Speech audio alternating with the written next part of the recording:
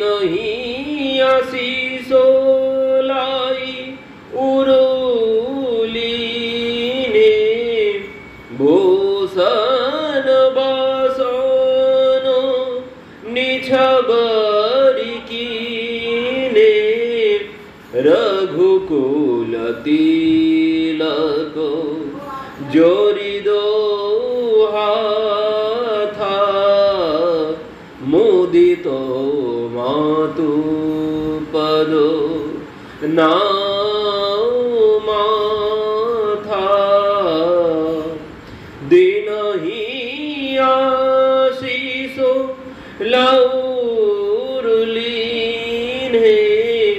ভূষণ বাসন নিছাবরি কিনে রঘুকুল তিলক।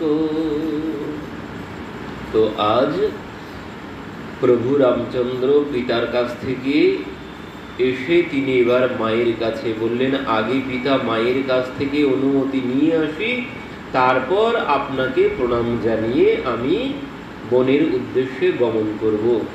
তো আজ প্রভু মায়ের কাছে গিয়েছেন। এখন তো মায়ের কাছে গিয়ে কি করলেন, রঘুকুল তিলক জড়িদৌ হাথা মুদিত মাতু পদ নাও মাথা। তিনি আজ রঘুকুল তিলক জড়িদৌ হাথা মানে দুই হাত করজোড়ে তিনি মুদিত মাতু পদ নাও মাথা মায়ের চরণে মাথা নত করে মাকে প্রণাম জানালেন। তো দিনহি আশিস লাউ উরলিন হে ভূষণ বসন নিছাবরি কিনে। বলছেন মাকে যখন প্রণাম করেছেন, মাতা কৌশল্যা দেবী পুত্রকে কাছে টেনে নিয়ে জড়িয়ে ধরলেন আর বস্ত্র অলঙ্কার উপহার দিলেন পুত্রকে কোলে জড়িয়ে ধরে মা।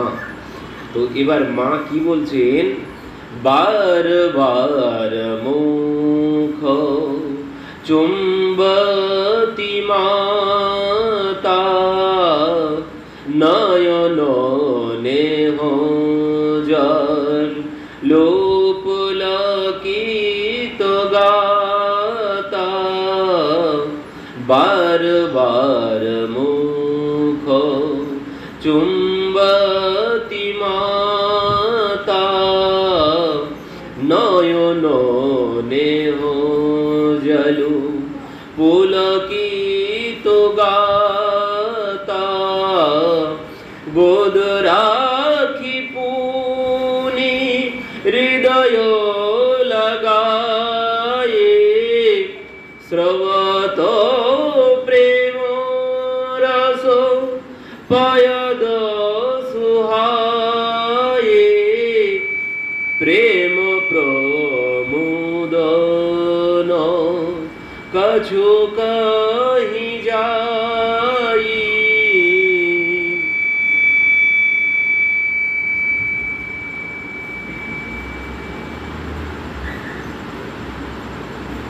প্রেম প্রমোদন কछु কহি যাই রঙ্ক ধন দো পদবি জনু পাই। তো বার বার মুখ চুম্বতি মাতা, মা বারবার প্রভুর মুখ চুম্বন করছেন আর নয়ন নেহ জলু পুলকিত গাতা। খারাপ হয়ে গেল তো, খারাপ হয়ে গেল সব, আগে ঠিক ছিল, একটুখানি কম করলে ঠিক আছে। বার বার মুখ চুম্বতি মাতা নয়ন নেহ জলু পুলকতি গাতা। গোদ রাখি প্রুনি হৃদয় লাগায়ে শ্রবত প্রেম রস পয়দ সুহায়ে। বলছেন গোদ রাখি পুনি হৃদয় লাগায়ে, তিনি বারবার বুকে জড়িয়ে ধরছেন রামকে, কাছে পেয়ে বারবার রামের মুখে চুম্বন দিচ্ছেন। সাদর সুন্দর বদনু নিহারি बोली मधुर बचन महतारी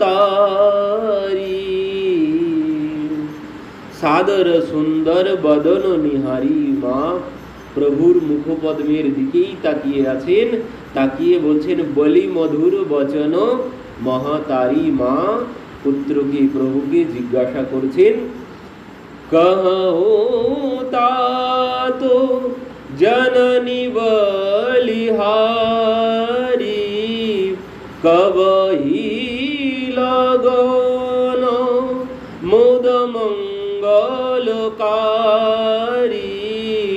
सुकृत शील सुख सब सुहाई जन्म लाभ कोई अवधि अघाई। মায়ের নয়ন আজ প্রেমের অশ্রুতে ভেসে যাচ্ছে, মায়ের শরীর প্রেমে পুলকিত হচ্ছে। তো মা জিজ্ঞাসা করছেন কহো तात জননী বলিহারি। মা জিজ্ঞাসা করছেন পুত্রকে যে কবহি লগন মধু মঙ্গলকারী, সেই সুসময় কখন, কোন সুসময়? মা কিন্তু এখনো জানতে পারেনি। মা জিজ্ঞাসা করছেন যে সেই শুভ সময় কখন, যে সময়ে তুমি সিংহাসনে বসবে। কি বলছেন? সুকৃত শীল সুখ শিব সুহাই জনম লাভ কহু অবধি অঘাই। বলছেন আজ যে আমার সকল পুণ্য সদাচার সুখের সময়, আজ মনে হচ্ছে যে আমার জন্ম সার্থক হয়েছে। মা বলছেন আজ আমার মনে হচ্ছে আমার জনম সার্থক হয়েছে, আমি তোমাকে রাজা রূপে দর্শন করব। তো সেই শুভ মুহূর্ত কখন পুত্রের কাছে জিজ্ঞাসা করছেন। তো এবার जही चाहतो नर नारी सब अतियारतो यही भांति जिमि चातक चातकी त्रिशत বৃষ্টি শরদ ঋতু সাথী। বলছেন সেই অযোধ্যাবাসীগণ জনগণ সবাই উদ্গ্রীব হয়ে আছে। সমস্ত অযোধ্যার বাসীগণ সবাই উদ্গ্রীব হয়ে আছে। কেমনভাবে? বলছেন সেই চাতকের মতো। চাতক যেমন জলের জন্যে উদ্গ্রীব হয়ে থাকে, বলছেন সেই শরতের আকাশে চাতক পাখি জলের জন্যে শরদের স্বাদী নক্ষত্রের বর্ষার জল সমপ্রিয়। এখন যেন সেই বৃষ্টির জলের ফোঁটা কখন পড়বে, যেভাবে চাতক পাখি অপেক্ষায় থাকে, অযোধ্যাবাসী সেভাবেই অপেক্ষায় বসে আছে। কারণ অযোধ্যাবাসী তো সবাই চলে এসেছে, প্রভাত হওয়ার সাথেই সবাই চলে এসেছে দর্শন করার জন্যে যে প্রভু সিংহাসনে বসবে। তো সবাই দর্শন করার জন্যে সবাই চলে এসেছেন। তো মা বলছেন সবাই যেন ওই চাতক পাখির মতো পিপাসার্থ হয়ে আছে, কখন তারা দেখবে প্রভুকে রাজা রূপে। তো দর্শনের জন্যে তারা বসে আছে। তো এবার तात যাও বলি বেগি নহাও जो मन भाव मधुर कछु खाऊं पीत समीप तब जाऊं भाई भई बड़ी बारो जाई बलि माए मातु वचन सुनी অতি অনুকূলা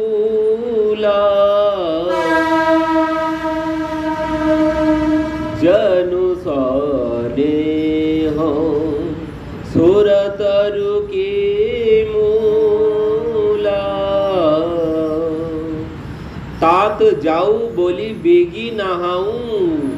তুমি এখন স্নান করনি কেন? সময় তো হয়ে এসেছে, অনেক বেলা হয়ে গেছে, তুমি এখনো স্নান করনি কেন? তুমি কখন সিংহাসনে বসবে? তো তুমি স্নান কেন করনি? এখনো তো আগে যাও, তুমি স্নান করে এসো। কারণ প্রভু যাচ্ছিলেনই স্নান করতে, কিন্তু যখন সুমন্ত গিয়ে উপস্থিত হলো তখন সুমন্তকে প্রভু বললেন যে আমি স্নান করে তারপর পিতার কাছে যাব, কিন্তু সুমন্ত বললেন না, সেই সময়ও নেই, এভাবেই এক্ষুনি যেতে হবে। তো সেই জন্যে তিনি স্নানে বেরিয়ে ওইভাবেই পিতার কাছে গিয়েছেন, গিয়ে আজ ওখান থেকেই পিতার কাছ থেকেই মায়ের কাছে চলে এসেছেন। তো মা দেখে বলছে তুমি এতক্ষণ স্নান কেন করোনি, তো আগে যাও স্নান করে এসো।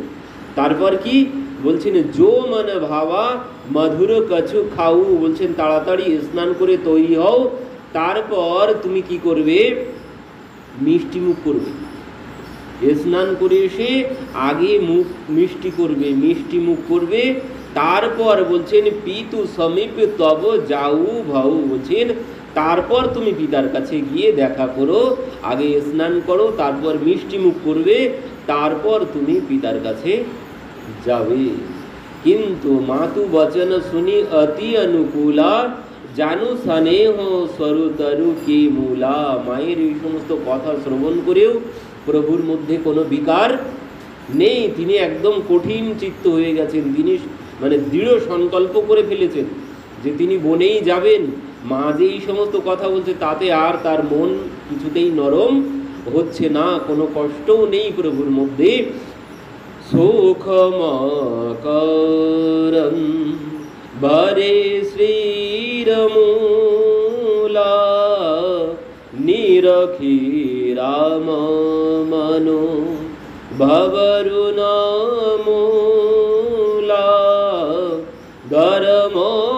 ধর্মধুরীন ধর্ম গতি জানি, কেউ মাতু সন অতি মৃদুয়ানি, পিতু দীনি হমহি কানন রাজু, जो सब भाती मोर बड़ काजू। প্রভু ধর্মে অবিচল, তিনি ধর্মপথেই দাঁড়িয়ে আছেন, তিনি ধর্মপথ অনুসরণ করে তিনি অতি কোমল স্বরে তিনি আজ মাকে বলছেন, মাকে অতি কোমল স্বরে মৃদু স্বরে তিনি মাকে বলছেন, পিতা দিনহি মহি কানন রাজু, বলছেন পিতা আমাকে বনের রাজত্ব দিয়েছে। পিতা দিনহু মহি কানন রাজু, যাহা সব ভাতি মোর বড় কাজু। পিতা আমাকে বনের রাজত্ব দিয়েছে, তো তিনি বনের রাজ্য প্রদান করেছেন, আর সেখানে বলছেন যাহা সব ভাতি মোর বড় কাজু, সেখানে আমি গেলে আমারও অনেক কল্যাণ হবে। তো এই কথা যখন মাকে বলেছেন, মা শ্রবণ করেই কাঁপতে শুরু করেছেন, ঠকঠক করে মা কাঁপছেন, আর দাঁড়িয়ে থাকতে পারছেন না। আয়াসু দেহি মুদিত মন মাতা, জহি মৃদু মঙ্গল কানন যাতা, जनि सने हो बसो डर पसिबो रे, आनंदुयम अनुग्रह तो रे, आयसु देहि मोदित मनुमाता। हे माता, তুমি প্রসন্ন চিত্তে অনুমতি প্রদান করো, যাতে আমার বন গমন আনন্দময় হয়, কল্যাণকর হয়। আমার স্নেহের বশীভূত হয়ে ভুলেও ভয় পেও না হে মাতা, তোমার অনুগ্রহে আমারই মঙ্গল হবে। তো তুমি মা আমাকে অনুমতি দাও। বর্ষ চারিদশ বিপিন বশীকরি পিতো বচন প্রমাণ, আই পাই পুনি দেখাও মনু জানি করসি মলান। বলছেন, মা 14 বৎসর মানে 14 বৎসর বনবাস সমাপন করে পিতৃবাক্য পালন করে পিতার সত্য পিতৃসত্য পালন করে আমি মা খুব শীঘ্রই তোমার চরণ দর্শন করব, তুমি আমাকে আদেশ দাও।